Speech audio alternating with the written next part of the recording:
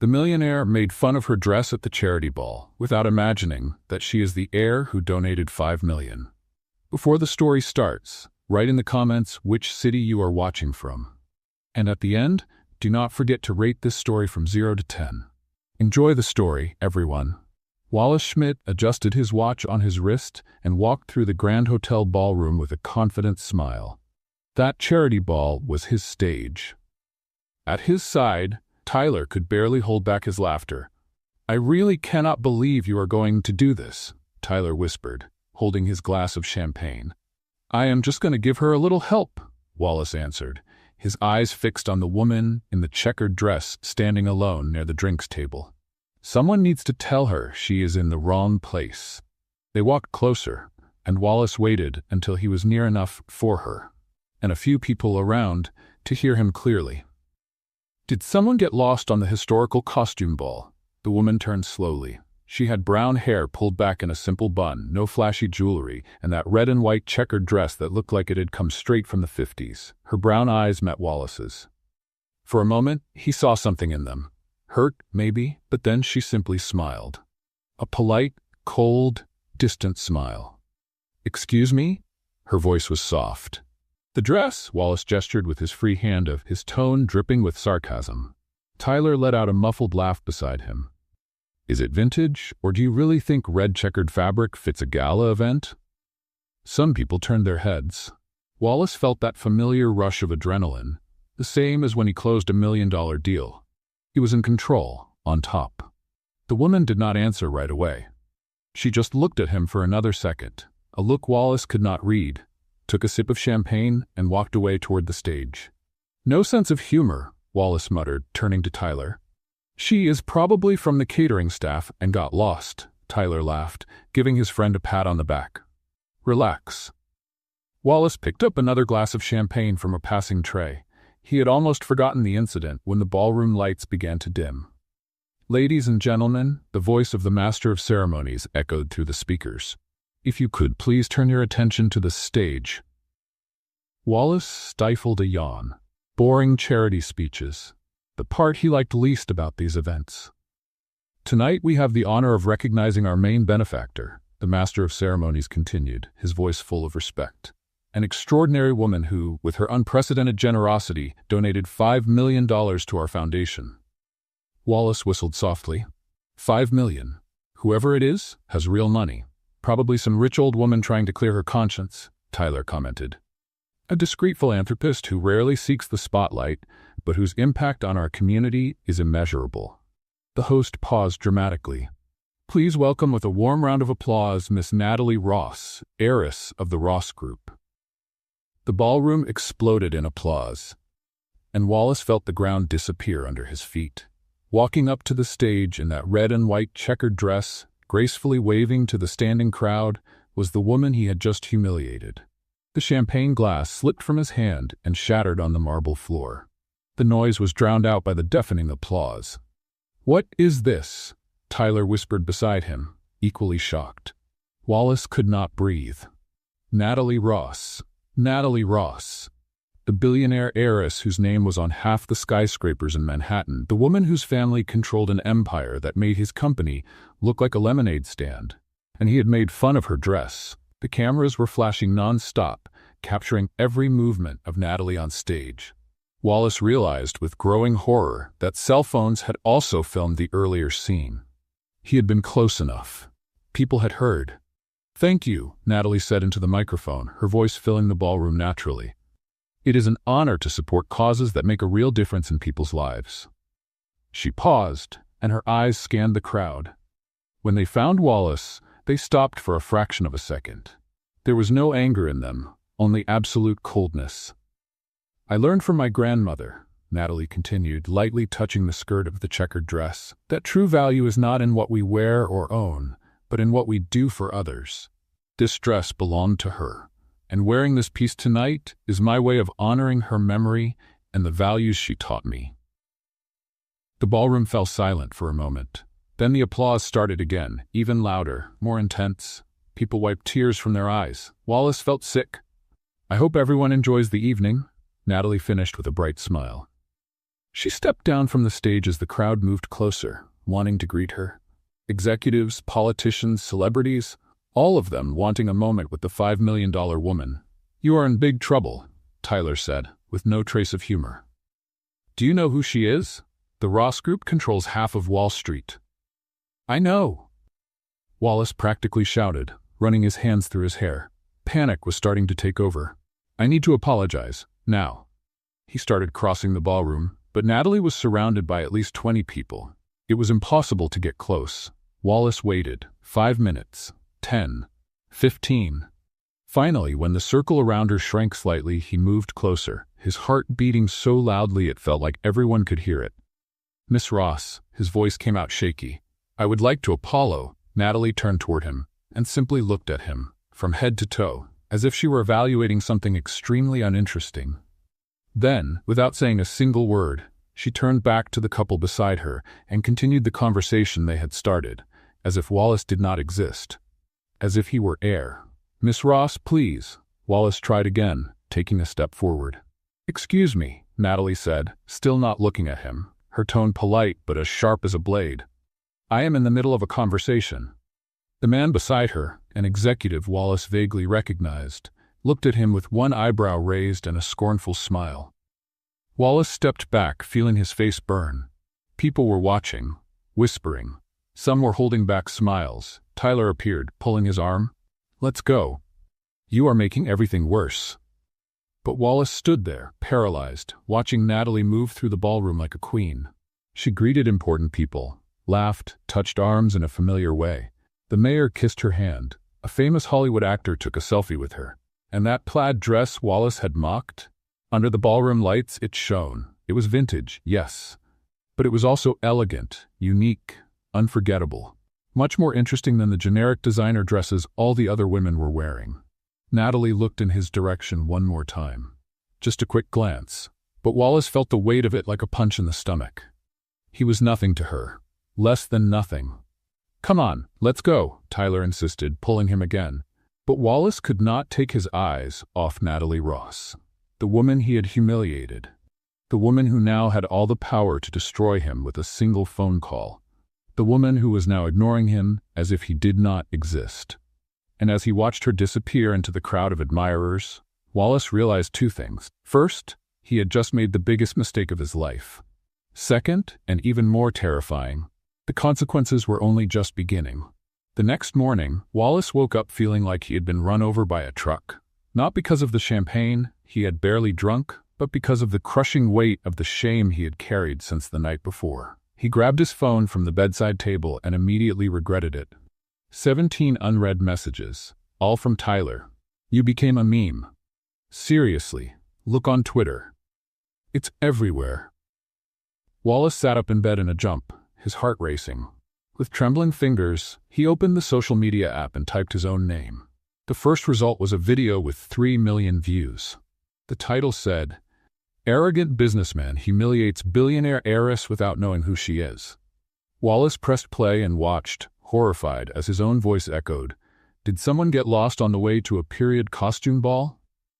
The camera then showed Natalie walking up to the stage, and the zoom closed in on his face, completely pale, mouth open, eyes wide. He looked like a fish out of water. The comments were even worse. "This guy needs a lesson in humility." His face when he found out who she was, priceless. Natalie Ross is a queen. That dress was beautiful and had a story. Wallace tossed the phone onto the bed and buried his face in his hands. He took a deep breath 3 times, trying to calm down. It did not work. The phone rang. It was Tyler. "Did you see it?" His friend's voice sounded tense. "I saw it," Wallace murmured. "There's more. The press found out who you are. Your name is being linked to the video on all the business news sites." "Great. Wonderful. And there's something else." Tyler paused. "Remember that investment your company was negotiating with the Horizon Foundation?" Wallace's stomach dropped. "I remember. They canceled today's meeting. No explanation." Wallace closed his eyes.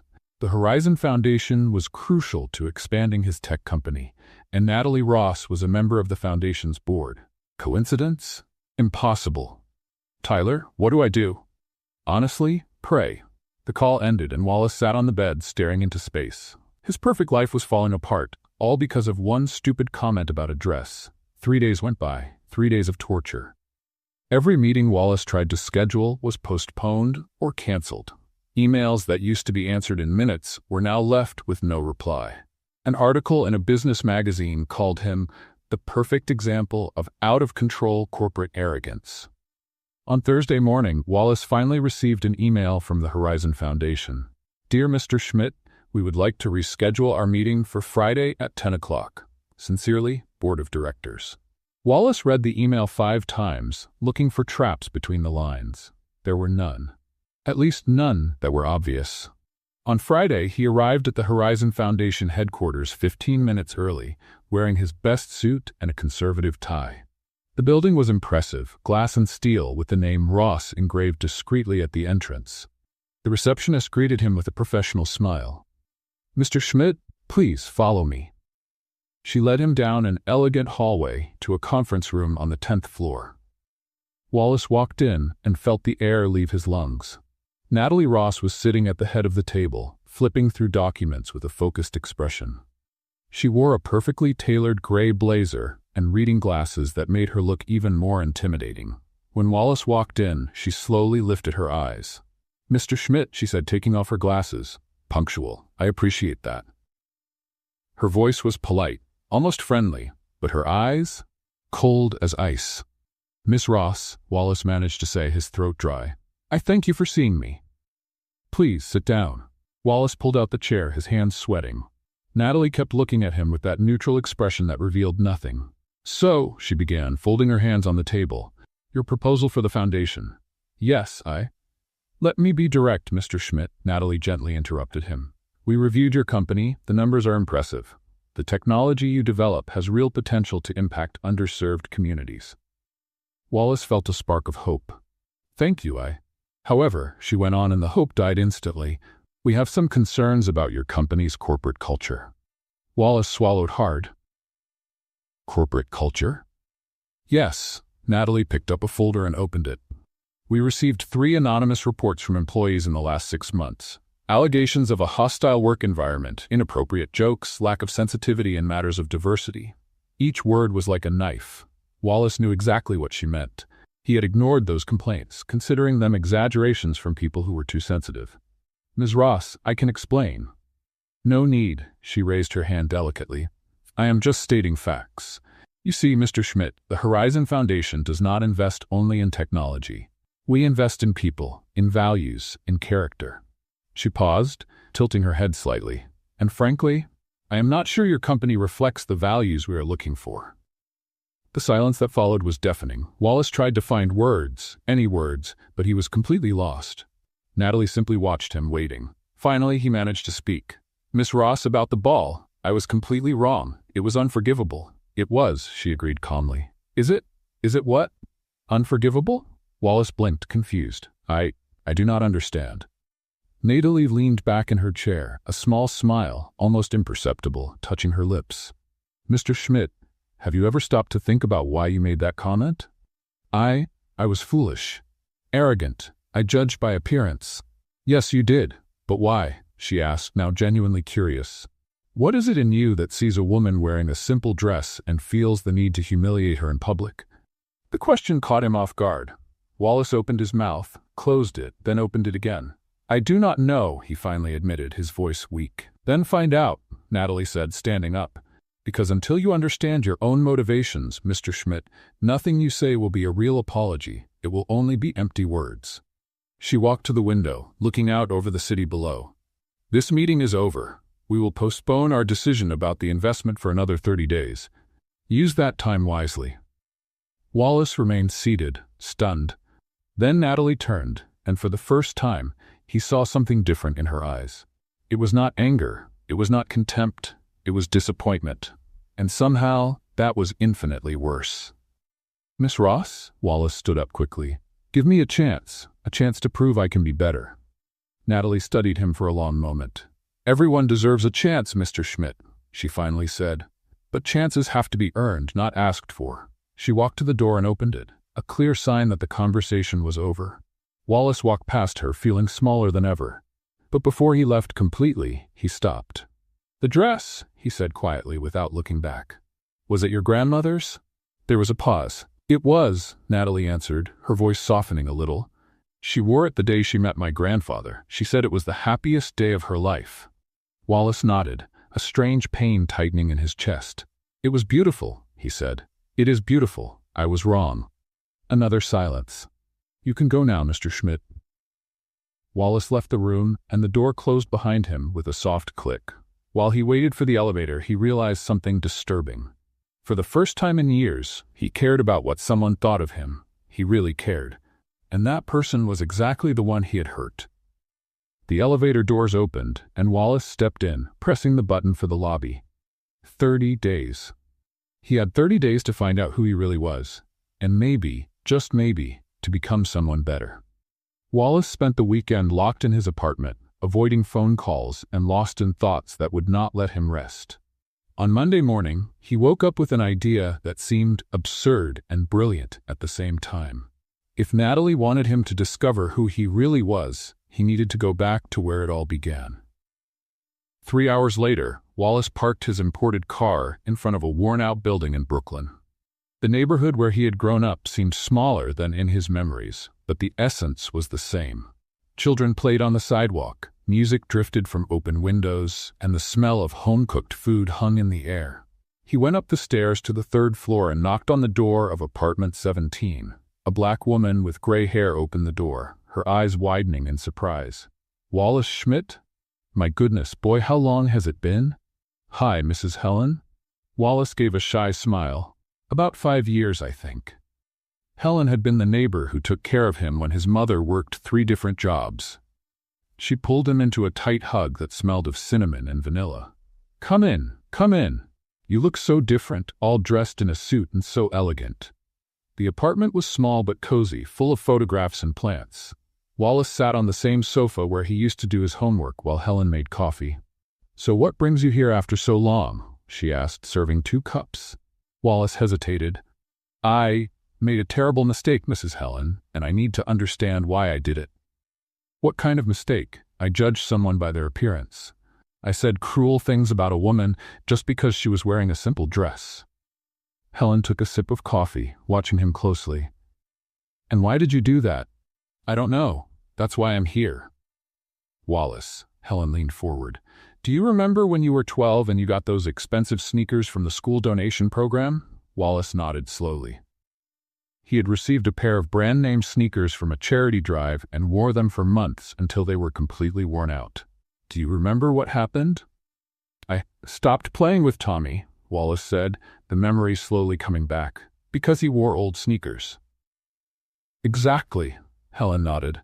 "You were so afraid of being the poor boy again that you started to reject everything that reminded you of where you came from." Her words hit Wallace like a punch. He swallowed hard, feeling a lump in his throat. "I never stopped to think about that." "We rarely stop," Helen said with a sad smile. "But when you forget where you came from, you end up forgetting who you are." Wallace left Helen's apartment 2 hours later with a heavier heart and a clearer mind. He had work to do. The next morning, Wallace did something he had not done in years. He searched on Google for social projects in New York, and it did not take long for him to find a pattern. Natalie Ross's name appeared quietly in at least 15 different organizations: orphanages, community centers, education programs. She funded everything, but never appeared in the official photos or at the publicity events. One project in particular caught his attention: the Hope Community Center in the Bronx. The schedule showed that there were activities with children every Wednesday and Friday. It was Wednesday. Wallace arrived at the center at 3 in the afternoon, wearing jeans and a simple shirt. The building was colorful, with murals painted on the outside walls showing children playing and studying. He went in, a little hesitant. The reception area was busy, with children running from one side to the other and volunteers organizing activities. "Can I help you?" a young blonde woman asked, smiling. "I would like to volunteer," Wallace said, the words coming out before he could think twice. "That's great. We are always in need of help. Do you have any experience with children?" "None," Wallace admitted. "No problem. Come with me. I'll show you the place." She led him down a hallway full of children's drawings hanging on the walls. At the end, there was a large room where about 20 children were doing different activities. Some were drawing, others were putting puzzles together, some were reading, and supervising everything with a colorful apron over a white blouse was Natalie Ross. Wallace stopped in the doorway, frozen. Natalie looked up and saw him. For a moment, neither of them moved. Then she said something to a child beside her and walked toward him. "Mr. Schmidt," she said, her voice neutral. "What an interesting surprise." "I came to volunteer," Wallace stammered. "Apparently." Natalie crossed her arms. "And how did you find out about this center?" "I did some research. I saw your name connected to several projects." "So you followed me?" "No, it wasn't like that. I just wanted to better understand what you do, who you are." Natalie studied him for a long moment. Wallace could feel the weight of her gaze, as if she were reading every thought in his head. "All right," she finally said. "Since you're here, you can help organize the art supplies. The children love to paint, but they turn this place into a war zone." "I can do that," Wallace said quickly. "Great, follow me." She led him to a table covered with paints, brushes, paper, and glitter spread everywhere. 3 children were painting enthusiastically, creating works that were more abstract than intentional. "Children, this is Mr. Wallace," Natalie announced. "He's going to help you today." A girl of about 7 looked at him with curiosity. "Do you know how to paint?" "A little," Wallace lied. "Liar," the girl said immediately, making Natalie let out a short laugh. "Emily has a built-in lie detector," Natalie explained, her eyes shining with amusement. "It's better to be honest with her." "All right," Wallace knelt down to be at Emily's eye level. "I don't know how to paint anything, but can I learn?" Emily thought for a moment, then nodded. "Okay, but you have to paint a dinosaur with me." "Dinosaur? All right, I can do that." He couldn't. 40 minutes later, Wallace was covered in green paint, had glitter in his hair, and his dinosaur looked more like a mutant potato. Emily laughed so hard she had to hold on to the table. "It's the worst dinosaur I've ever seen." She burst out laughing. "I completely agree," Wallace admitted, laughing too. On the other side of the room, Natalie watched the scene while pretending to organize books. She saw Wallace genuinely relaxed for the first time, playing with the children without the mask of arrogance he used as armor. When the activity ended and the children left with their parents, Wallace stayed to help clean up. Natalie worked in silence beside him, putting things away. "Thank you for the help," she finally said.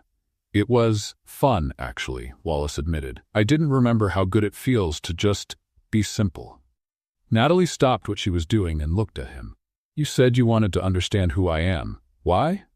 Wallace took a deep breath. "Because you challenged me to understand who I am, and I realized I can't do that without understanding why you affect me so much." "I affect you?" Natalie raised an eyebrow. "Yes," Wallace said honestly. "You make me question everything I thought I knew about myself." Natalie stayed quiet for a moment. Then she grabbed her bag and turned to leave. "Same time Friday," she said without looking back. "If you really want to understand, you need more than one afternoon." Wallace stood there in the empty room, his heart beating fast. It was a beginning. On Friday, Wallace arrived at the community center 15 minutes early, carrying a box of art supplies he had bought at a specialty store. Non-toxic paints, good quality brushes, colored paper, and even modeling clay. The same blonde receptionist from the previous time smiled when she saw him. "You came back, and you brought presents. The children are going to love it." "I hope so," Wallace said, feeling strangely nervous. He went to the activity room and found Natalie organizing books on a shelf. She was wearing jeans and an aqua green blouse, her hair pulled back in a simple ponytail. Completely different from the powerful executive at the meeting. "On time again?" She commented without turning around. "You're starting to make a habit of it. I learned that you value punctuality." Natalie finally looked at him, her eyes dropping to the box he was carrying. "What is that?" "Art supplies. I thought the center could use them." "You can leave it there on the table," she pointed, her expression neutral. "The children arrive in 10 minutes. Wallace put the box where she pointed and stood there, not knowing what to do with his hands. Natalie kept organizing books, apparently ignoring his presence. "Can I help with anything?" he asked. "You can arrange the chairs in a circle. Today we are going to read stories before the activities. Wallace started moving the small chairs, and the silence between them was so dense he could almost touch it. Finally, he could not take it anymore. Are you angry with me? Natalie stopped and looked at him. Why would I be angry? Because, well, I showed up here out of nowhere. I invaded your space. Mr. Schmidt, she sighed, this is a community center. It is literally a public space, and we accept all volunteers. But you did not want me to be here. I did not say that. You also did not say you wanted me here. Natalie closed the book she was holding with more force than necessary. What do you want me to say? That I am surprised? I am. That I am suspicious of your intentions? I am that too. But I'm going to give you the benefit of the doubt because, believe it or not, I do not like to judge people too quickly. The irony of that sentence was not lost on Wallace. He opened his mouth to answer, but at that moment, the children started to arrive. Emily was the first to come in, her eyes lighting up when she saw Wallace. You came back? And did you bring your hair full of glitter again? Not today, Wallace laughed, but I brought new supplies for us to paint. Really? Emily ran to the box and peeked inside. Wow, there's paint that glows in the dark. Soon the room was full of excited children exploring the new supplies. Natalie watched everything with an expression Wallace could not read. All right, everyone. She clapped her hands to get their attention. Before we start painting, let us sit in a circle for today's story. The children sat down quickly, and Wallace stood there not knowing where to go. Natalie pointed to a small chair next to Emily. Sit down, Mr. Schmidt. You need to listen too. Wallace squeezed himself into the child-sized chair, his knees almost touching his chin. Some children laughed, and he felt his face grow warm. Natalie picked up an illustrated book and started to read. It was a story about a dragon who was afraid to fly and pretended to be fierce to hide his insecurity. Her voice changed for each character, making the children laugh and get completely involved. Wallace found himself fascinated, not by the story, but by the way Natalie told it. She was natural, funny, completely at ease. There was no calculation, no mask. It was just... Huh. When she finished, the children clapped. And what was the dragon's lesson? Natalie asked. That pretending to be something we are not does not help, Emily answered excitedly. Exactly, Natalie smiled. Sometimes, being who we really are is the bravest thing we can do. Her eyes met Wallace's for a second, and he felt as if she had just sent a message directly to him. The children spread out for their activities, and Wallace joined a group that wanted to make collages. A little girl named Sophie, about 6 years old, was showing him how to glue pieces of colored paper to make flowers. You are not very good at this, Sophie observed with the brutal honesty typical of children. No, I am not, Wallace agreed, looking at his crooked flower. But you are getting better, she added generously. Last week, your dinosaur was terrible. On the other side of the room, Natalie let out a quiet laugh. Wallace looked at her and, for the first time, she smiled back. A small but genuine smile. An hour later, when the activities ended and the parents started to pick up the children, Wallace helped clean up the mess. Natalie worked beside him, putting supplies away. You did well today, she said casually. Really? The children liked you. Sophie is usually shy with new people. She told me my flower was ugly. And it was, Natalie agreed, her eyes shining with humor. But at least you were trying. Wallace laughed, surprised that he did not feel offended. I guess it is a start. It is. They finished cleaning in a comfortable silence. When everything was organized, Natalie picked up her bag. There is a cafe nearby, she said, without looking directly at him. They make very good hot chocolate. Do you want to go? Wallace felt his heart speed up. Yes, I would like that. 10 minutes later, they were sitting in a cozy cafe 2 blocks from the center. Natalie ordered hot chocolate with marshmallows, and Wallace ordered the same. So, Natalie stirred her hot chocolate with a small spoon. Are you going to tell me what you are really doing here? And do not give me the story that you just wanted to volunteer. Wallace took a deep breath. Honesty. That was what she wanted. You told me to find my motivations. So I went back to the neighborhood where I grew up. I talked to people who knew me before I had money. And I realized something. What? That I spent the last few years running away from who I was, and when I saw you in that dress, so comfortable with yourself, not needing to prove anything to anyone, it scared me. Because it reminded me of everything I was trying to forget. Natalie watched him for a long moment, taking a sip of the hot chocolate. And now, she asked, what do you want? I want to learn to be like you. Like me? Authentic, real, not afraid of being simple. Natalie let out a short laugh. Mr. Schmidt, you idealize me too much. I am not perfect. Far from it. I know, but you are genuine, and that is rare. They stayed in silence for a moment. Natalie stirred the hot chocolate absent-mindedly, clearly thinking about something. Okay, she said finally. I will make a deal with you. What kind of deal? Keep coming to the center, not once or twice, but for real. Commit to it, and I will teach you what I learned from my grandmother about how to live an authentic life. Wallace felt a wave of gratitude. Really? But there are conditions. Natalie raised a finger. No special privileges. You will work like any other volunteer. You will clean, you will organize, you will do the boring tasks. And if I notice that this is just an act to impress the foundation or to clean up your public image, it is over. It is not, Wallace said firmly. I swear it is not. We will see. Natalie finished the hot chocolate. Next Wednesday, 3 o'clock. Do not be late. She stood up, grabbed her bag, and walked to the door. But before leaving, she turned around. And Mr. Schmidt, thank you for the art supplies. It was kind of you. Then she left, leaving Wallace alone with his hot chocolate and a silly smile on his face. For the first time in weeks, he felt something he had forgotten how to feel. Hope. 3 weeks had passed since that conversation at the cafe, and Wallace had not missed a single day at the Hope Community Center. Wednesdays and Fridays, right at 3 o'clock, he was there. And not just to impress Natalie, but because he genuinely liked being there. The next Wednesday, Wallace arrived earlier than usual and found Natalie struggling with a heavy box near the entrance. Let me help, he said, taking the box from her hands. Thank you. These are new books for the center's library. They weigh more than they look. Wallace carried the box to the reading room, and Natalie followed him with a smaller one.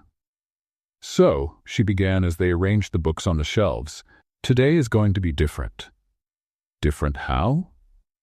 We are going to visit an orphanage that partners with the center. It is an outside activity we do once a month. Wallace felt his stomach tighten slightly. An orphanage? Yes, the Sunflower Children's Home in Queens. We take the kids from here to interact with the kids there. It helps both groups develop empathy and friendship. That sounds good. It is good, Natalie smiled, but it is also messy, loud, and chaotic. Are you ready for that? I was born ready? Wallace lied with conviction. He was not ready at all. 2 hours later, Wallace was sitting on the floor of a huge room, surrounded by 15 kids, shouting, running, and arguing about who would build the tallest block tower. The noise was deafening, and he had already been hit in the head by 3 plastic blocks. This is not structural engineering, he tried to explain to an 8-year-old boy named Danny. You need a wider base. No, I don't. I know what I'm doing. Danny insisted, stacking more blocks onto a tower that was already dangerously tilted. On the other side of the room, Natalie watched the scene while pretending to help a group of girls with puzzles. Wallace looked completely lost, but he was trying. That counted for something. Danny's tower inevitably collapsed, scattering blocks everywhere. The boy looked at Wallace with an accusing expression. You distracted me. That is why it fell. I warned you about the base. Wallace protested. No, you didn't. Yes, I did. Natalie walked over before the argument got worse. Is everything okay here, you two? He knocked down my tower, Danny accused. I did not knock it down. It fell because physics exists. Natalie held back a laugh. How about you try together this time? Mr. Schmidt can show his technique, and Danny can add creativity. The two looked at each other with suspicion, but agreed to try. 10 minutes later, they had built the tallest tower in the room, and Danny was jumping up and down, celebrating as if he had won the World Cup. See? I told you I knew what I was doing, Danny shouted. Wallace opened his mouth to argue, but saw Natalie shaking her head discreetly. He sighed. Yes, you were right. Good job, partner. Danny smiled and ran off to show the tower to his friends. Wallace stood up, brushing the dust off his pants. Physics exists, Natalie repeated, her eyes shining with amusement. Well, it does. You were arguing with an 8-year-old child about structural engineering. He started it. Natalie laughed, and Wallace realized it was the first time he had really heard her laugh. The sound was light, genuine, and made something strange happen in his chest. The rest of the afternoon went by quickly. Wallace helped the children with several activities, and when it was time to clean everything up, he was exhausted but strangely satisfied. As they were putting away the last toys, one of the orphanage staff members walked up to Natalie. "Natalie, there is a problem with the scaffolding outside," he said, worried. "The workers left it unstable when they went home early, and there will be no one to fix it until tomorrow." "Where is it?" Natalie asked immediately. "In the back courtyard, near the play area." Wallace followed them to the courtyard. The scaffolding was set up near a wall that was being painted, but it was clearly unstable. One of the bases was not fixed properly. "I will put caution tape around it," the staff member said, "so no one gets close." "Good idea," Natalie agreed. They were heading back inside when they heard a scream. Wallace turned and felt his blood run cold. A little girl, no more than 5 years old, had slipped out through the back door and was under the scaffolding, picking up a ball that had rolled there. And the scaffolding was swaying dangerously. Wallace did not think. He just ran. He reached the girl at the exact moment the structure started to give way. He grabbed the child in his arms and turned his body, placing himself between her and the falling metal tubes. The impact was strong. Wallace felt a sharp pain in his shoulder and back when the tubes hit him, but he kept the girl protected against his chest. They hit the ground, and Wallace used his own body as a shield until everything stopped falling. The silence that followed was broken by the girl's scared crying. "It is all right, you are safe," Wallace murmured, still holding her even with pain throbbing through his whole body. Natalie came running, followed by the staff. "My God, Wallace!" She knelt beside them. "Are you okay?" "The girl, is she hurt?" he asked, still dizzy. Natalie carefully took the child from his arms. The girl was crying, but she did not have a single scratch. "She is fine. She is perfect," Natalie said, her voice unsteady. "But you are bleeding." Wallace looked at his shoulder and saw that his shirt was torn and stained with blood. The pain started to grow stronger now that the adrenaline was fading. "Oh yes, I think I am. We are taking you to the hospital. Now," Natalie ordered the staff, who were already running, to call an ambulance. "There is no need for an ambulance." Wallace tried to stand up and immediately regretted it when pain exploded in his back. "Okay, maybe there is." Natalie held his hand, and Wallace realized she was trembling. "Are you completely crazy?" she whispered. "That could have been much worse." "The girl?" "I know. You saved her." Natalie squeezed his hand. It was the bravest and most foolish thing I have ever seen anyone do." Wallace tried to smile, but even that hurt. "So I am improving? Be quiet and stop moving," she ordered, but there were tears in her eyes. The ambulance arrived quickly, and the paramedics began to examine Wallace. He had a cut on his shoulder and possible bruises on his back and left arm. "We are going to take you for some tests," one of the paramedics explained. "I'm going with him," Natalie said immediately. "You do not have to," Wallace began. "I am going," she repeated in a tone that did not allow discussion. At the hospital, after x-rays and stitches in his shoulder, Wallace was released with pain medication and instructions to rest. Natalie had stayed in the waiting room the whole time. When he came out, she stood up at once. "How are you?" "Sore, but alive." "Come on, I will drive you home." In the car, during the ride, they stayed in silence. Natalie drove with focus, but Wallace could tell she was processing something. "Thank you," she said at last, "for saving that girl. You did not hesitate for a second." "I did not think. I just acted." "Exactly." Natalie looked at him briefly before turning her eyes back to the road. "And that showed me something important about you." "What?" "That maybe you are not who I thought you were." Wallace felt something change in that moment, as if a door that had been closed had opened just a crack. "Tomorrow," Natalie said when she stopped in front of his building, "I'm going to visit you. We need to talk." "About what?" "About who you really are, Wallace Schmidt," she said with a slight smile. The next morning, Wallace woke up with his whole body aching. Every movement was a reminder of the accident, but strangely, he did not regret anything. He was having coffee when the doorbell rang. Natalie was at the door, holding a paper bag and 2 cups of coffee. "Good morning. I brought coffee and donuts. May I come in?" Of course, Wallace opened the door wider, trying not to make a pained face. She walked in and looked around the luxurious apartment with a neutral expression. Nice. Very different from Brooklyn. Yes, Wallace admitted, taking one of the cups. Thank you for the coffee. They sat in the living room, and for a moment they were both quiet. Natalie nibbled on a donut, watching him closely. How is your back? Sore, but I will survive. You were very brave yesterday, she said, or very reckless. I still have not decided which. Probably both. Natalie smiled slightly. Probably. She took a sip of coffee and leaned back on the sofa.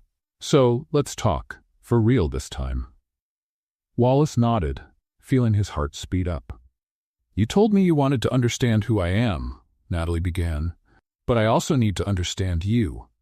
And not the millionaire businessman or the volunteer who showed up out of nowhere.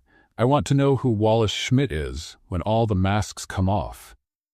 I do not know if you will like what you find. Let me decide that. Wallace took a deep breath and started to talk. He told her about growing up in Brooklyn, about his mother working 3 jobs, about wearing worn-out sneakers at school while other kids had brand-name ones. About the shame he felt, the anger, the determination to get out of that place. When my company took off, it was like finally breathing after being underwater for years, he explained. I bought everything I had always wanted, expensive clothes, an imported car, an apartment in Manhattan, and I surrounded myself with people who would never remind me of where I came from.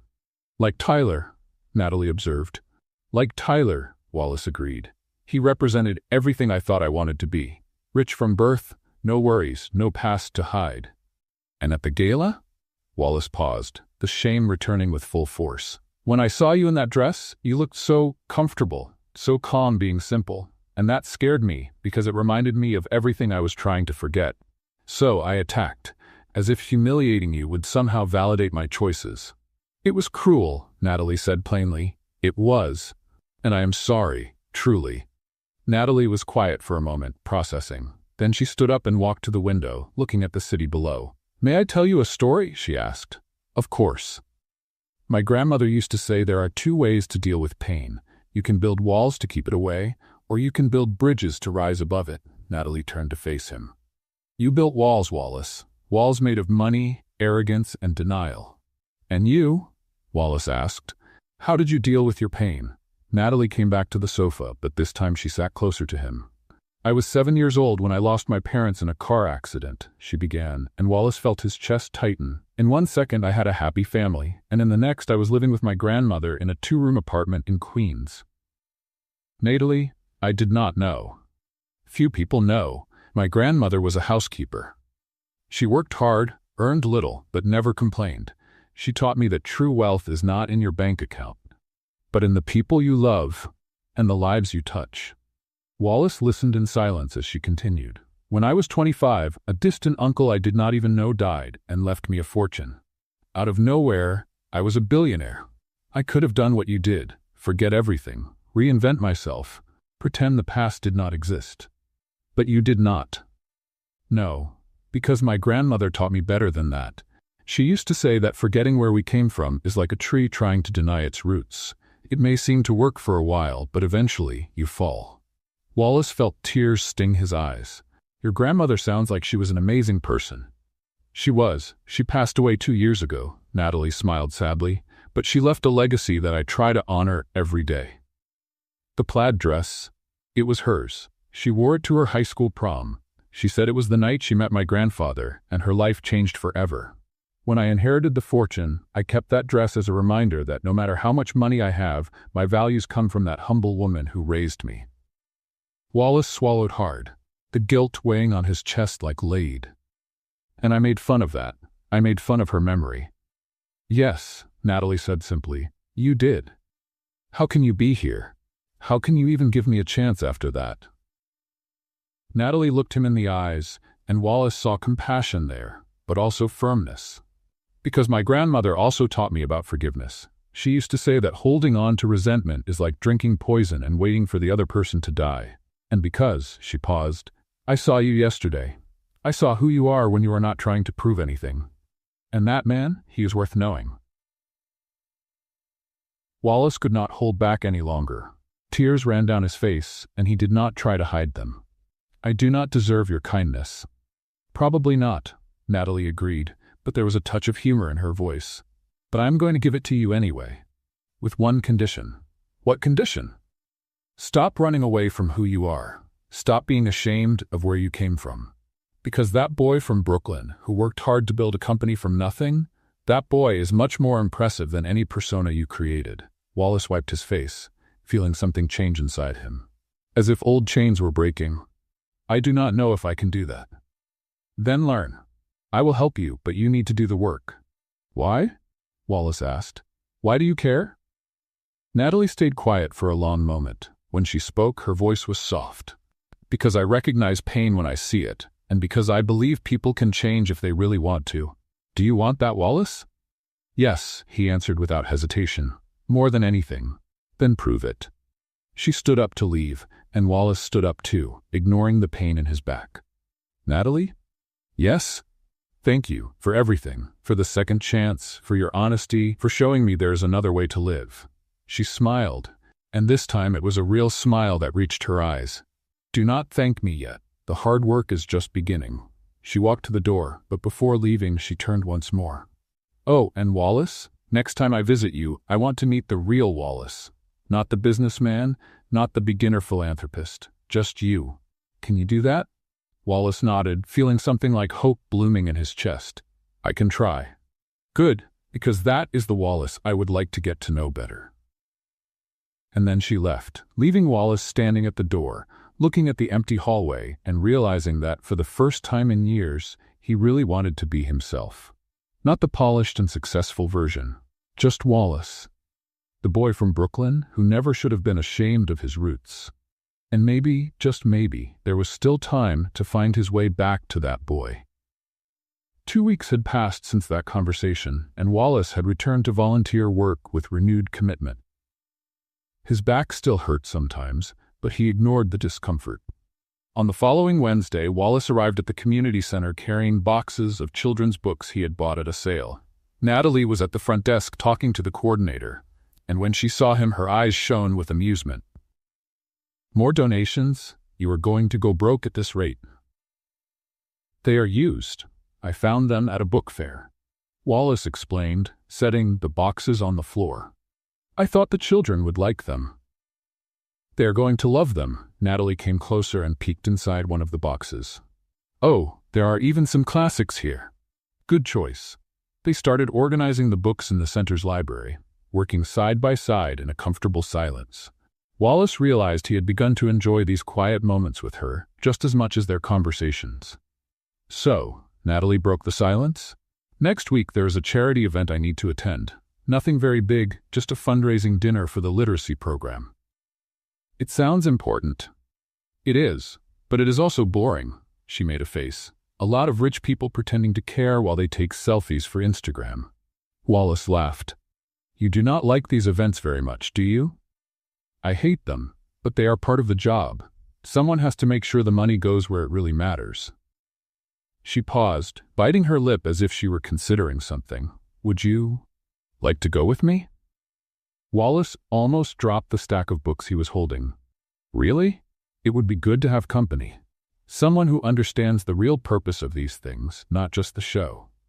"I would love to," Wallace said, trying not to look as excited as he felt. "Great, but I am warning you now, it is formal attire. And before you ask, no, you cannot show up in jeans." "I did not even think of that." "Of course not," Natalie smiled, clearly not believing him. The following Saturday, Wallace was standing in front of the mirror, adjusting his tie for the 5th time. He had chosen a simple suit, elegant but not showy. He wanted to make a good impression, but he also wanted to be authentic. When he arrived at the address Natalie had sent, he was surprised to find out it was her house, not the event location. Natalie opened the door wearing an emerald green dress that was elegant and discreet at the same time. Nothing extravagant, but perfectly suitable. "Right on time as always," she commented. "Come in, I just need to get my purse." Wallace walked in and looked around. The house was spacious but cozy, decorated with good taste without being exaggerated. There were photos everywhere. Natalie as a child with an elderly lady who must have been her grandmother. Natalie in several social projects, smiling children. "Your house is beautiful," he said when she came back. "Thank you. It is too big for me alone, but I cannot let it go. It was the first thing I bought when I inherited the money.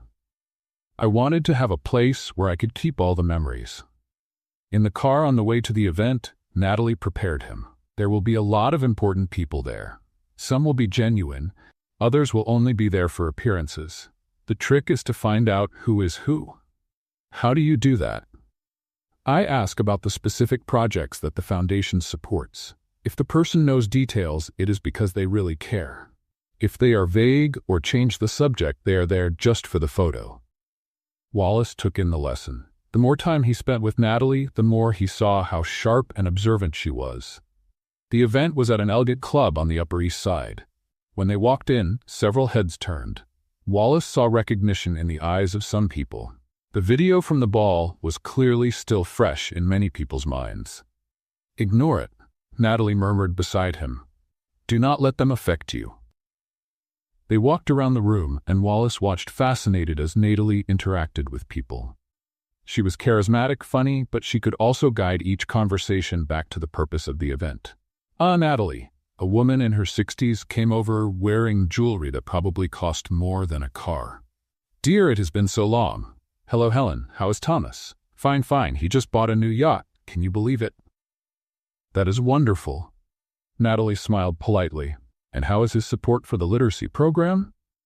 "Last year, he mentioned being interested in funding 3 reading rooms." Helen blinked, clearly caught by surprise. "Ah, yes, the rooms. He is still considering." "I understand. Well, if you need more information about the impact of the program, I have all the data. We can arrange a coffee?" Of course. I will check his schedule." When Helen walked away, Wallace leaned toward Natalie. "She is not going to call, is she?" "Not at all." Natalie laughed softly. "But now she knows that I know, and that is already something." Wallace was starting to relax when he saw Tyler on the other side of the room. His friend saw him at the same time, and his expression was pure shock. Tyler came closer, his eyes going back and forth between Wallace and Natalie. "Wallace? What are you doing here?" "I came with Natalie," Wallace said simply. "With Natalie Ross?" Tyler lowered his voice. "The same Natalie you... at the ball?" "Yes, Tyler, the same." Natalie held out her hand with an icy smile. "Tyler, right? It is a pleasure to finally meet you officially." Tyler shook her hand, still confused. "The pleasure is mine, Miss Ross. I did not know you two were friends." "We are working together on some social projects," Natalie explained. "Wallace has been a dedicated volunteer." "Wallace? A volunteer?" Tyler laughed as if it were the funniest joke in the world. "Really? You?" Wallace felt his irritation grow. "Why is that so hard to believe?" "Because I have known you for 10 years, and I have never seen you do anything for free in your life." "People change, Tyler." "Yes, of course they do." Tyler looked at Natalie with a suggestive smile, especially when they have the right motivation. Wallace took a step forward, but Natalie touched his arm gently. "Excuse us, Tyler," she said, her voice sweet but with a touch of steel. "I need to steal Wallace for a moment so he can meet some important people. It was a pleasure." She led him away before Wallace could answer. "Take a breath," she murmured. "He is not worth it. He is an idiot, I know, but if you let yourself be affected, it only proves his point."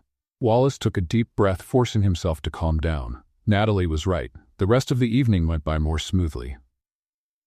Wallace met several interesting people and had genuine conversations about the Foundation's projects.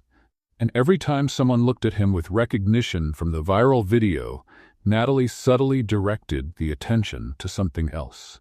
When the event ended and they were going back to the car, Wallace felt strangely satisfied.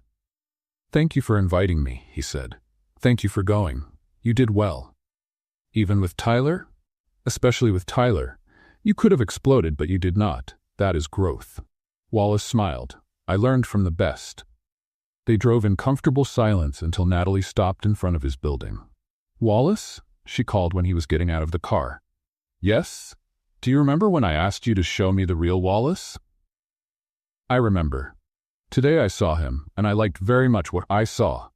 Wallace felt his heart speed up. Really? Seriously, you are becoming the person you always were underneath all those defenses. She smiled, and Wallace realized he had started to depend on that smile more than he should. Good night, Wallace. Good night, Natalie. He walked into the building, and when he reached the apartment, he could not stop smiling. For the first time in a long time, Wallace Schmidt liked who he was becoming. And all thanks to a woman in a plaid dress who had seen him for who he really was, and still decided he was worth getting to know. In the following weeks, Wallace and Natalie started spending more time together, not only at the community center, but also in cafes, walks in the park, and simple dinners. The chemistry between them grew with each meeting. The next Friday, Wallace was at the center, helping the children with a craft project when his phone would not stop vibrating. He ignored it the first few times, but when the 10th notification came in, Natalie looked at him with curiosity. Someone really wants to talk to you. It is probably work. I can check it later. But the phone kept vibrating. Finally, Wallace excused himself and went to the hallway to check. There were messages from Tyler, from the company's accountant, from 3 journalists, and even from people he barely knew. All about the same thing. An article in the New York business newspaper. The headline said, "From Scandal to Redemption, Businessman Wallace Schmidt seen working on social projects with heiress Natalie Ross." The article had photos of him at the community center, at the orphanage, and even leaving the charity dinner with Natalie. The text speculated about a possible romance and suggested that Wallace was trying to clean up his image after the viral video. Wallace felt his stomach sink. He went back to the room where Natalie was and showed her the phone. Natalie read quickly, her expression changing from curious to irritated. "Secret romance?" she read aloud. "Public relations strategy? My God, do these journalists not have anything else to do?" "Natalie, I swear I did not." "I know it was not you," she interrupted. "Probably someone from last week's event sold the story." "What do we do?" Natalie thought for a moment, then a mischievous smile appeared on her face. "Let's have a little fun." The next day, Natalie called Wallace with a plan. "Put on something comfortable and meet me at Central Park in an hour. 72nd Street entrance." "Why?" "You will see." When Wallace arrived, he found Natalie wearing jeans, sneakers, and a simple t-shirt, holding 2 pizza boxes and a picnic blanket. "What is this?" "If the press wants a romance, let us give them a romance," she said with an amused smile. "But in our way." They found a place on the grass and spread out the blanket. Natalie opened the pizza boxes and grabbed a huge slice. "See those 2 men over there?" She pointed discreetly to 2 men with professional cameras hiding behind a tree. "Photographers, probably waiting for something scandalous." Wallace looked nervous. "And what are we going to do?" "Be completely normal and boring." Natalie bit into the pizza, letting tomato sauce run down the corner of her mouth. "Oops, do you have a napkin?" Wallace laughed and handed her a napkin. The next few minutes were the strangest and funniest of his life. They talked about completely random things: the weather, the absurd price of ice cream, a particularly cute dog that ran by. "I think they're getting bored," Natalie whispered after half an hour. "How do you know?" One of them yawned. "I saw it from here." Wallace let out a loud laugh. "You are terrible." "No, I am brilliant. There is a difference." They stayed another hour in the park, eating pizza, talking, and occasionally waving discreetly at the frustrated photographers. When they finally left, Natalie was glowing. "Tomorrow the newspapers will publish the most boring photos in history. Couple eats pizza in the park. Nothing sexy, nothing scandalous, just 2 normal people." "You planned all this?" "Of course. If they are going to follow us anyway, at least let it be in our own crisis management." Wallace shook his head, impressed. "You are amazing." "I know," Natalie winked. The next day, as predicted, the photos appeared on a few gossip sites. The headlines were disappointingly normal. Natalie Ross and Wallace Schmidt enjoy quiet afternoon in Central Park. Tyler called Wallace as soon as the photos were out. "Are you 2 really together?" "We are friends, Tyler." "Friends who spend all their free time together?" "Yes, it is possible, believe it or not." "Sure, and I am Santa Claus." Wallace hung up the phone, smiling. The truth is that he himself no longer knew how to define their relationship. Were they friends? Yes, But there was also something more, something neither of them had the courage to name yet. On the following Wednesday, during activities at the center, one of the children asked innocently, "Mr. Wallace, are you and Miss Natalie going to get married?" Wallace almost choked on the water he was drinking. Natalie, who was close enough to hear, let out a laugh. "Why do you ask that, Amy?" Natalie knelt down to the girl's level. "Because you keep looking at each other all the time, just like my parents did before they got married." "We do not keep looking," Wallace began, but Emily, the girl with the terrible dinosaur, interrupted him. "Yes, you do, I saw.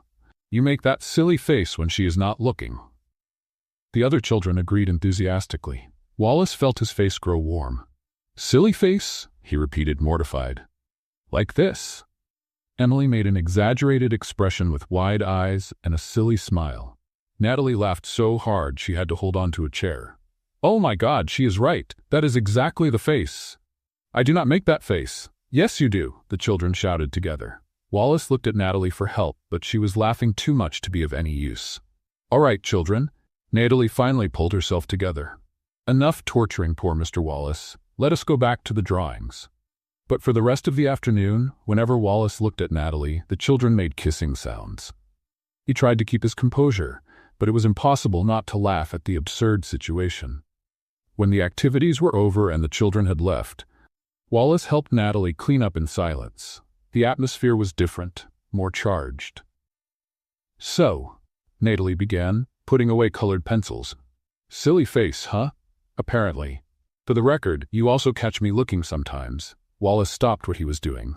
"Really? Really? The children are right. We are terrible at being discreet." "And what do we do about that?" Natalie thought for a moment. "How about being honest?" "Honest how?" "I like spending time with you, Wallace. Very much.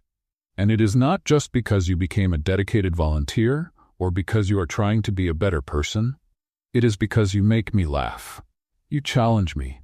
You make me want to be better too." Wallace felt his heart speed up. "I feel the same. You have completely changed my life." "Then maybe we should stop pretending we are just friends?" "Are you suggesting?" "I am suggesting that maybe we should try to find out what this is. No pressure, no expectations. Just see where it goes." Wallace smiled, feeling a happiness he had not felt in years. "I would love that." "Great. But I will warn you now. If you do something foolish, the children will know before I do. They are like little detectives." "Noted.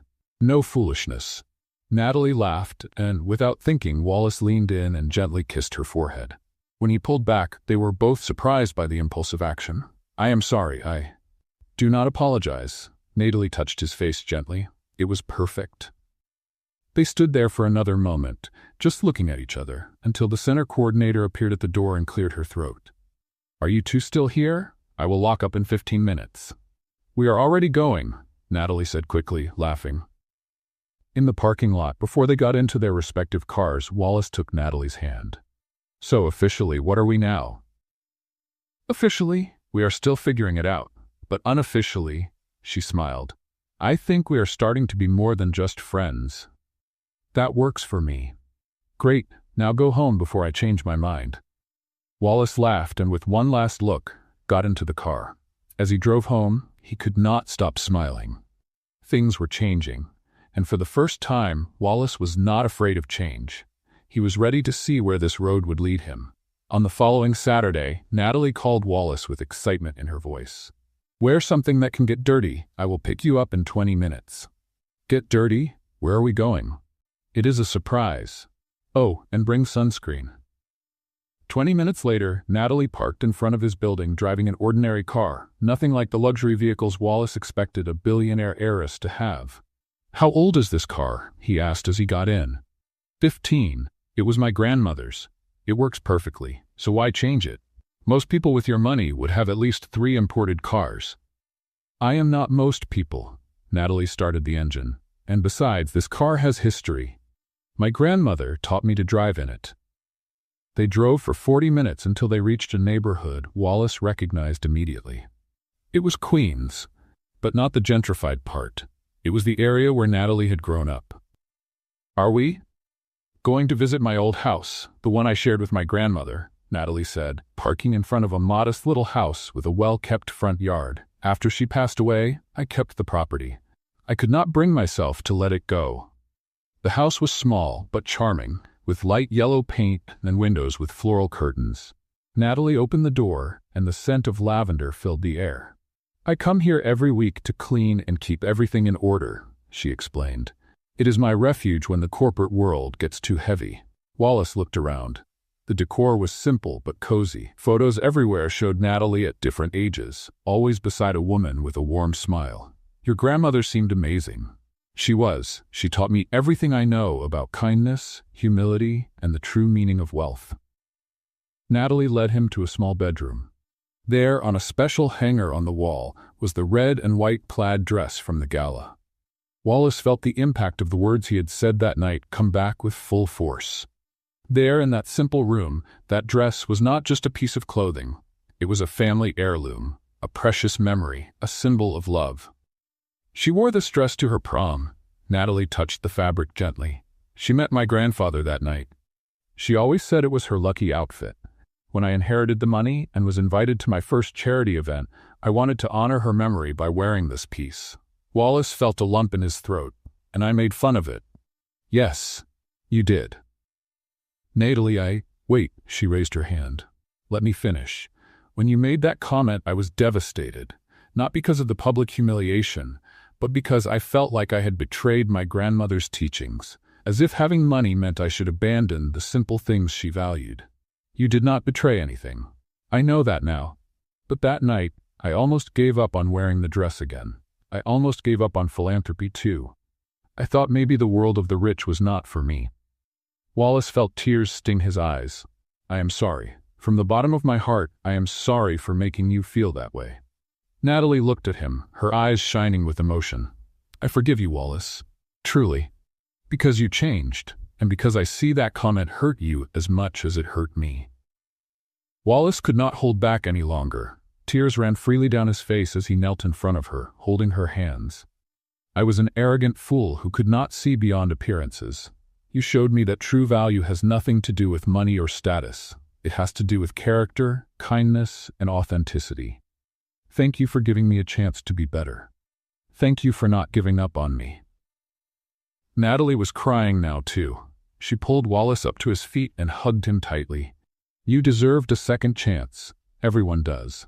They stayed like that for a long moment, just holding each other in that small room, surrounded by memories and love. When they finally pulled apart, Natalie wiped her face and smiled. Now that is enough drama.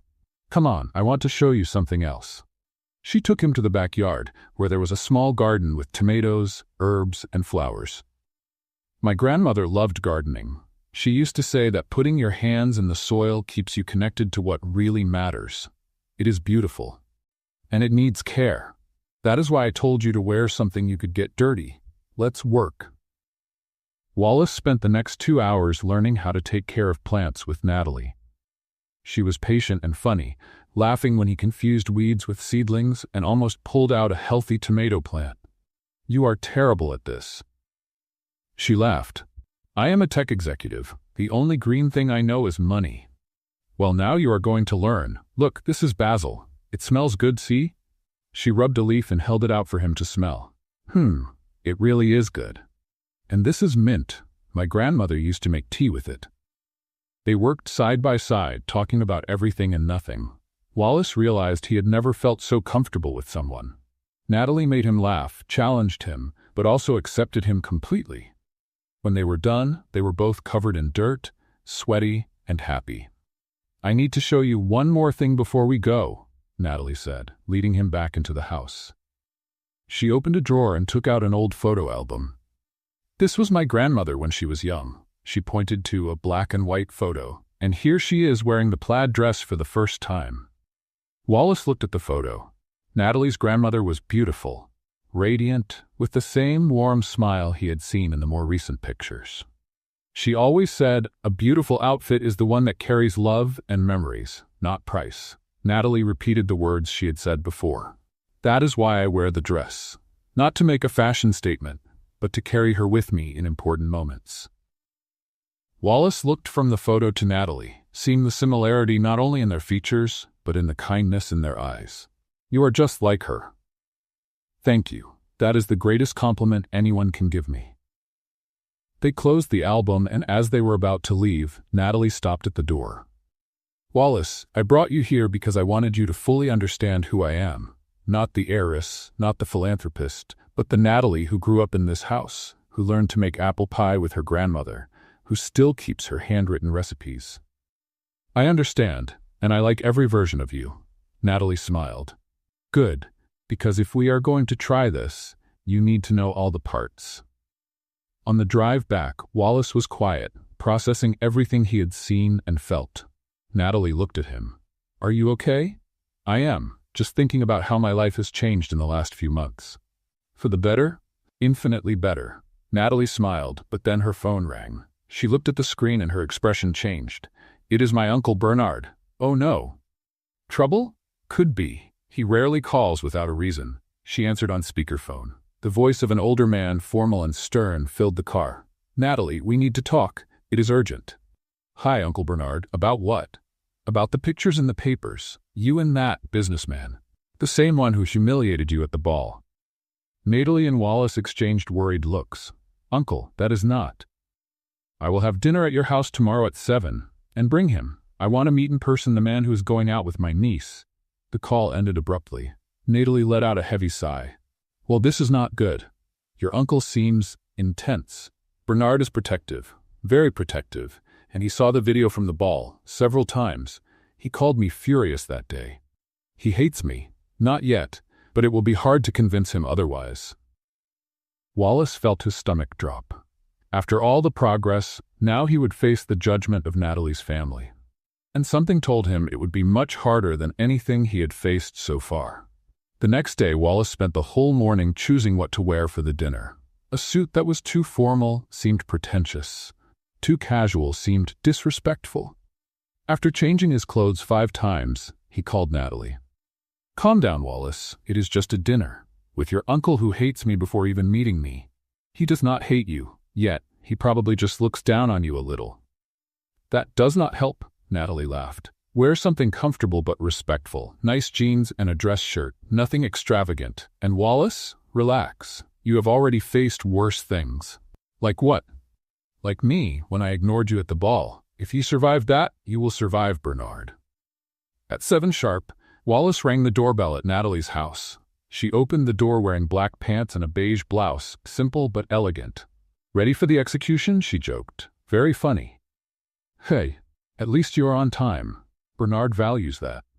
They walked into the dining room, where 3 people were already waiting. A man in his 60s with gray hair and a stern expression had to be Bernard. Next to him were an elegant woman about the same age and another younger man, maybe 40.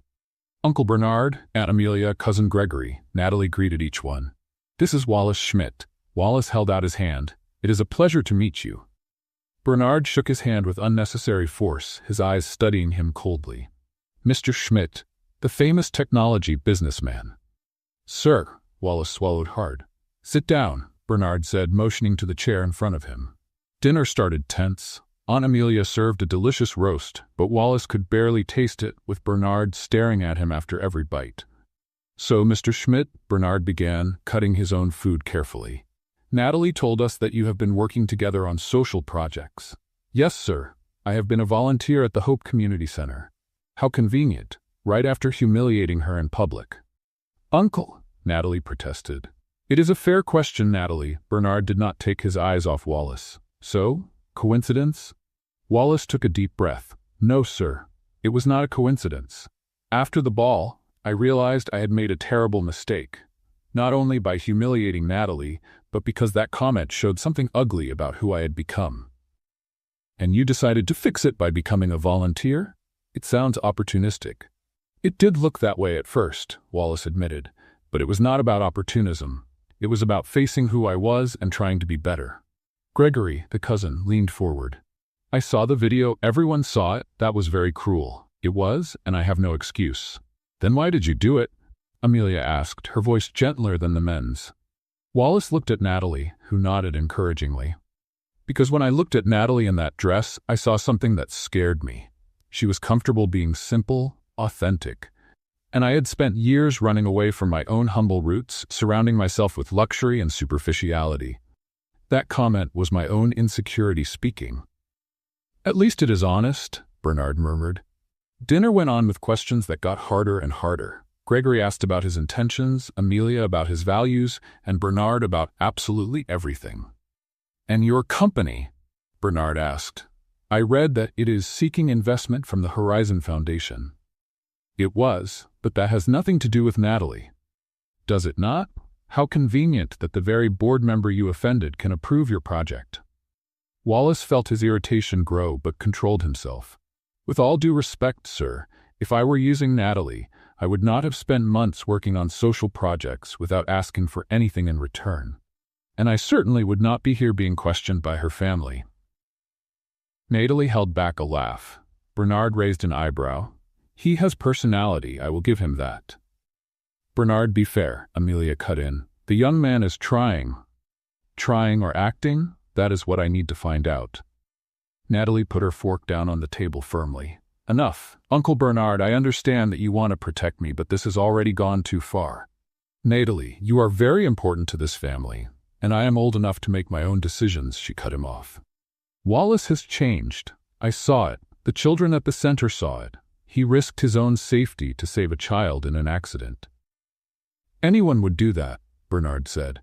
"But not everyone would do what he did afterward," Natalie went on. "He went back to the neighborhood where he grew up poor. He faced his own past. He learned gardening with me in a tiny garden. Do you think someone doing this out of self-interest would go that far?" Gregory watched everything with interest. "She has a point." "Thank you," Wallace said, unsure. Dinner ended without major explosions, but Bernard still looked suspicious. When Wallace and Natalie were leaving, Bernard pulled him aside. "Mr. Schmidt, a word." Natalie hesitated, but Bernard motioned for her to wait in the car. "Look," Bernard began when they were alone, "I do not trust you. Not yet. But I see something in Natalie that I have not seen in years. Genuine happiness. If you are responsible for that, then maybe you deserve a chance." "Thank you, sir." "But," Bernard pointed a finger at him, "if you hurt my niece, if this is some elaborate game, I guarantee you will regret it. I have resources that make your business look like a candy store." Wallace nodded seriously. "I understand, and I promise my intentions are genuine. We will see. Time will tell the truth." In the car, Natalie looked at him anxiously. "What did he say? That he will destroy me if I hurt you?" Classic Bernard, she rolled her eyes. "I am sorry, he is too protective." "No, I understand. If I had a niece like you, I would be the same." Natalie smiled and took his hand. "You did well, better than I expected." "Really?" "Because I feel like I failed miserably." "Bernard is difficult. The fact that you did not run away through the window is already a victory." Wallace laughed, but something still bothered him. "Natalie, your family is never going to fully accept me, are they? They will always see me as the guy from the video." "They will accept you. It just needs time." But Wallace saw the uncertainty in her eyes. The next morning, Wallace was at the office when he received an email that made his heart stop. It was from the Horizon Foundation. The investment his company needed so much had been approved. He should have been happy, but all he felt was worry. He called Natalie right away. "Did you approve the investment?" There was a pause. "Yes, the board voted this morning." "Natalie, this is going to look. It is going to look like I favored you because of our relationship." "I know." "Then why did you do it?" "Because your project is good, Wallace. It has merit on its own. I was not going to let personal politics get in the way of something that can help poor communities." "But your family will understand, eventually." But when Bernard called Natalie that afternoon, his voice was icy. "I saw the investment approval. Did you approve your boyfriend's project?" "Uncle, it was not like that." "It looks exactly like that." "Natalie, you are letting your feelings cloud your professional judgment." Wallace, who was with Natalie when the call came in on speaker, felt the weight of the situation. Her family would never accept him as long as they thought he was using Natalie. And in that moment, Wallace realized what he needed to do. A decision that would change everything. That night, Wallace barely slept. Bernard's furious call echoed in his mind. He knew what he had to do, but the decision weighed on him like lead. The next morning he called his lawyer and accountant. Then he scheduled a press conference for the next day. When Natalie called, he avoided the subject, saying only that he had pending matters at work. "Are you all right?" she asked, worried. I am just taking care of a few things." "Wallace, about what my uncle said." "Natalie, I have to go. I will call you later." He hung up before she could insist. The next day, Wallace was in a conference room full of journalists. Cameras flashed, microphones were adjusted. He took a deep breath and began. "Good morning. I called this press conference to make an important announcement about the future of my company and my personal life." The journalists leaned forward, attentive. "Recently, I received approval for a significant investment from the Horizon Foundation, a project that could expand my company and generate considerable profits." Wallace paused. "I am turning down this investment." Murmurs exploded in the room. "In addition, I'm giving up $1 million partnership with a multinational tech company that has been under negotiation for months." The murmurs turned into shouted questions. Wallace raised his hand, asking for silence. "Instead, I will redirect these resources to create a community development fund in Brooklyn, the neighborhood where I grew up. The fund will support education, mentoring programs, and entrepreneurship opportunities for young people from low-income communities." "Mr. Schmidt," a journalist shouted, "does this have anything to do with the accusations that you are using your relationship with Natalie Ross for your own benefit?" Wallace looked directly at the camera. "It has everything to do with it. I have learned in the last few months that true success is not measured in profits or investments, but in the positive impact we create. And I will not allow my presence in Natalie's life to be stained by suspicion of self-interest." Another journalist raised her hand. "Are you confirming a relationship with Miss Ross?" "I am confirming that she changed my life. She showed me there is a better way to live, to do business, to be a human being. And if her family or anyone else thinks I am with her for interest, this decision proves the opposite." The questions went on for another 20 minutes. When it finally ended, Wallace was exhausted but relieved. His phone exploded with messages. Tyler called 17 times. Investors sent desperate emails, but the only call that mattered never came. Natalie did not call. 2 hours later, Wallace was in the apartment when the doorbell rang. It was Natalie, and she did not look happy. "Have you lost your mind?" She came in like a storm. "Turning down the investment? Walking away from the partnership? Wallace, this is your career." "I know what it is." "Then why did you do it?" "Because your family will never accept me while they think I am using you, and because I realized they are right to be suspicious." "They are not right." "Yes, they are, Natalie. Think about it. I show up out of nowhere after humiliating you. I start working where you work. I get close to you, and suddenly my company receives $1 million investment that you approved? It looks suspicious even to me." Natalie stopped pacing, taking that in. "But you really changed. I saw it. I know that. You know that. But no one else knows, and I will not let our relationship be questioned forever. I will not let you have to choose between me and your family. That is not your decision to make. It is, yes, because I love you." The silence that followed was deafening. Wallace realized what he had just said. Natalie stared at him, eyes wide. "You?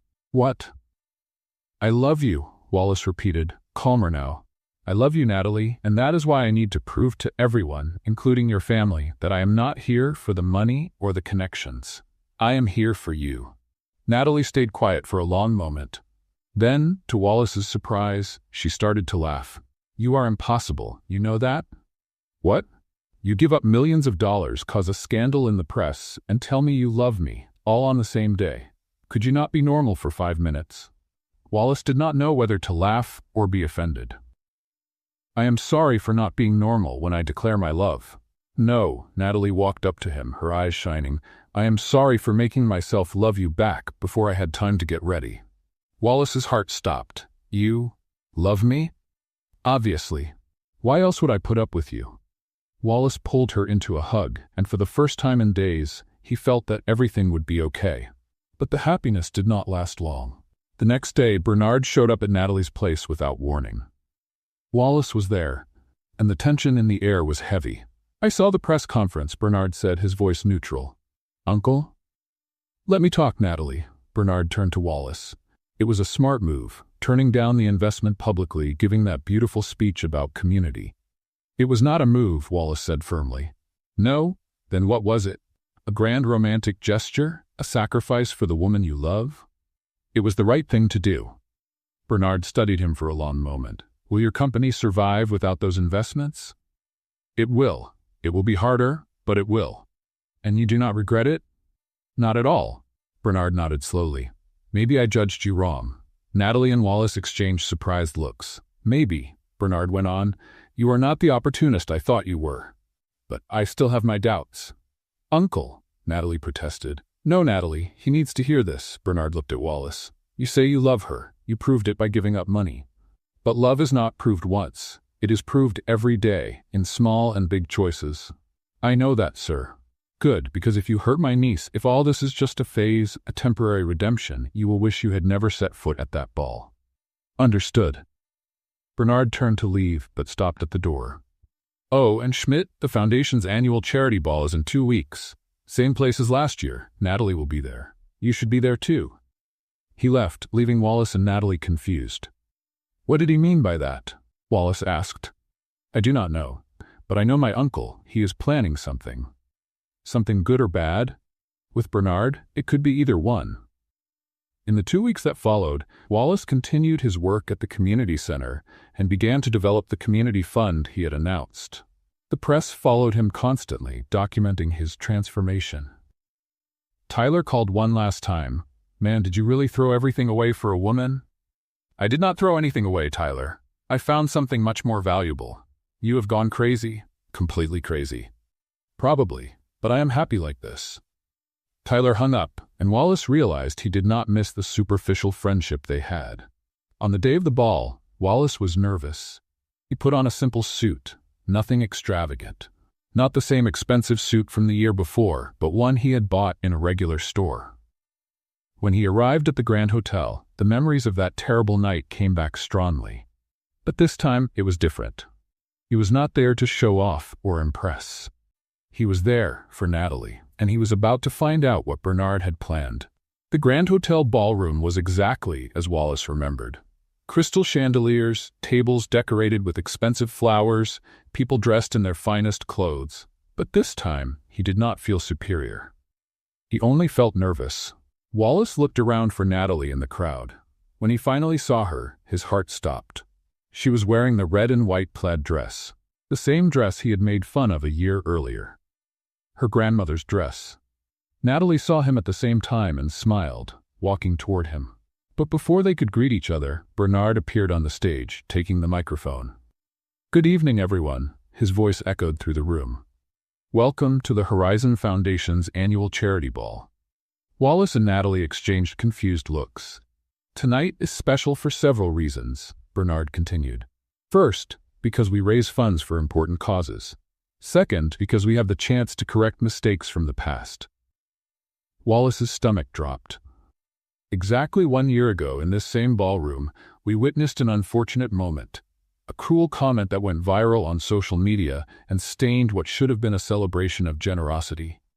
People started whispering, remembering. Some looked at Wallace. Wallace Schmidt, Bernard called him directly. Would you come up to the stage, please? Natalie squeezed his hand. You do not have to. Yes, I do, Wallace murmured. It is all right. He walked to the stage with shaking legs, aware of all the cameras and eyes fixed on him. When he reached Bernard's side, the older man looked at him with an expression that was impossible to read. Mr. Schmidt, a year ago you made a comment about my niece's dress. Would you repeat what you said? The silence in the room was absolute. Wallace took the microphone with trembling hands. I said, did someone get lost from the period costume party? Whispers broke out again. And why did you make that comment? Bernard asked. Wallace looked at Natalie, who was in the front row, her eyes full of emotion. Because I was arrogant, superficial. I judged people by their appearance and status. That dress represented everything I was trying to forget about my own humble origins, and by making fun of it, I was making fun of the part of myself I was ashamed of. Bernard nodded. And what would you say to Natalie now, if you could go back to that night? Wallace stepped down from the stage and walked over to Natalie. He held out his hand to her. May I? Natalie, with tears in her eyes, placed her hand in his. He led her to the center of the ballroom, exactly where he had made the cruel comment a year earlier. "If I could go back to that night," Wallace said into the microphone, but looking only at her, "I would say that your dress is the most beautiful thing I have ever seen. Not because of the stitching or the fabric, but because of the love and memory it carries. I would say that you are extraordinary for honoring your grandmother this way, and I would ask, with all humility, for the honor of dancing with you." Natalie let out a tearful laugh. "Are you asking me to dance now?" "I am, 1 year late, but I am." The music started to play, and Wallace realized that Bernard had planned everything. He pulled Natalie into a slow dance while everyone watched. "You are shaking," Natalie whispered. "I am terrified. Your whole family is looking at me." "My whole family is seeing you make things right," she corrected. "There is a difference." They danced in silence for a few moments. Then Wallace stopped in the middle of the dance floor. "Natalie Ross," he said, still with the microphone on. "1 year ago, I made the worst mistake of my life by judging the most extraordinary woman I have ever met just because of a dress. Since then, you have taught me that a person's true worth is not in what he or she wears or owns, but in the heart." Tears were running freely down Natalie's face now. "You have shown me that true wealth is kindness.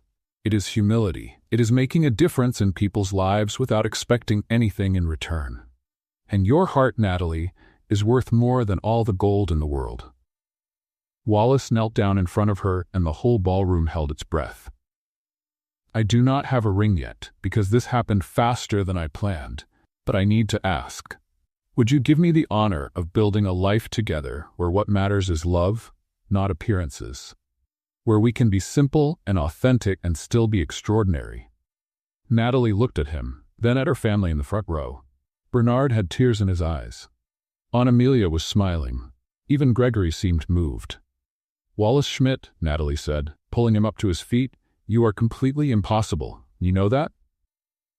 "I have been told that. You show up in my life, annoy me, challenge me, give up millions of dollars, and now you officially ask me to be your boyfriend in the middle of a gala without even having a ring? When you put it that way, it sounds bad."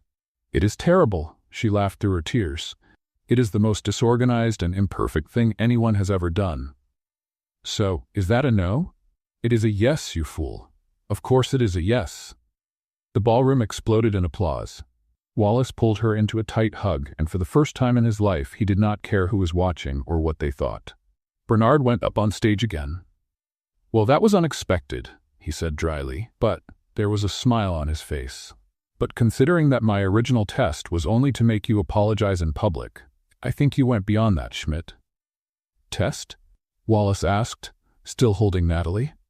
"Of course. Did you think I would simply invite you to a ball? I wanted to see if you had the courage to face the same place where you made the mistake. And you not only came, you completely redeemed yourself." "Uncle Bernard," Natalie scolded, "you are terrible." "I am protective. There is a difference." The music started again, and Wallace and Natalie went back to dancing. This time, other people joined them on the dance floor, but they barely noticed. "So," Wallace murmured in her ear, "officially dating?" "Officially. And you are going to buy a real ring before you propose marriage, right?" "Wait, who said anything about marriage?" Natalie raised an eyebrow. "You just made a speech about building a life together in front of 300 people." "Well, yes. But, Wallace Schmidt, do not start regretting it now." "I am not regretting it. I am just processing that this is really happening." "Well," Natalie smiled, "process it fast, because I am not letting you get away now." They kept dancing, while the camera flashes captured every moment, but this time, the photos were not of humiliation. They were of love, redemption, and new beginnings. Later that night, when the event was ending, the children from the Hope Community Center, whom Bernard had invited especially, surrounded Wallace and Natalie. "Are you two going to get married?" Emily asked excitedly. "Eventually," Natalie answered, laughing. "I told you," Sophie cheered. "I said they made that silly face at each other," Wallace laughed, no longer embarrassed. "Yes, Sophie, you were absolutely right." While the children jumped around them celebrating, Wallace looked around the ballroom. 1 year earlier, he had arrived there full of arrogance, showiness, and emptiness. Today he was leaving with humility, authenticity, and love. "What are you thinking about?" Natalie asked. "That sometimes we need to make the worst mistakes to find the best things." Philosophical. I like that. "And I am also thinking that your plaid dress is the most beautiful one in this ballroom." Natalie smiled, touching the skirt of her grandmother's dress. "Do you approve?" "More than approve. I love it. Because now I understand what it represents. Love, memory, authenticity. Everything that really matters." They danced one last time while the ballroom was emptying. The same place that had witnessed the humiliation now celebrated the triumph. The same dress that had been mocked was now admired, and the same two hearts that had been hurt were now beating in sync. "Ready to go?" Natalie asked when the music stopped. "Ready. Where are we going?" "Home. Our home eventually. But first I want pizza. I am starving." Wallace laughed. "Pizza after a gala ball? Do you have a problem with that?" "None. Pizza is perfect." They left the Grand Hotel hand in hand, leaving the past behind and walking toward a future built on real values: respect, humility, authenticity, and above all, genuine love. What did you think of Natalie and Wallace's story? Join the conversation. Your comments and engagement are part of the healing process. Let us know your thoughts below. If this journey of resilience and turning pain into power resonated with your heart, please support Healing Stories. Subscribe. Help us build a sanctuary of strength by subscribing to the channel. Share the hope. Give this video a like and share it with someone who needs to hear this message of recovery and justice. Your support allows us to continue sharing powerful narratives of overcoming trauma and finding peace. Subscribe to Healing Stories and be part of the change.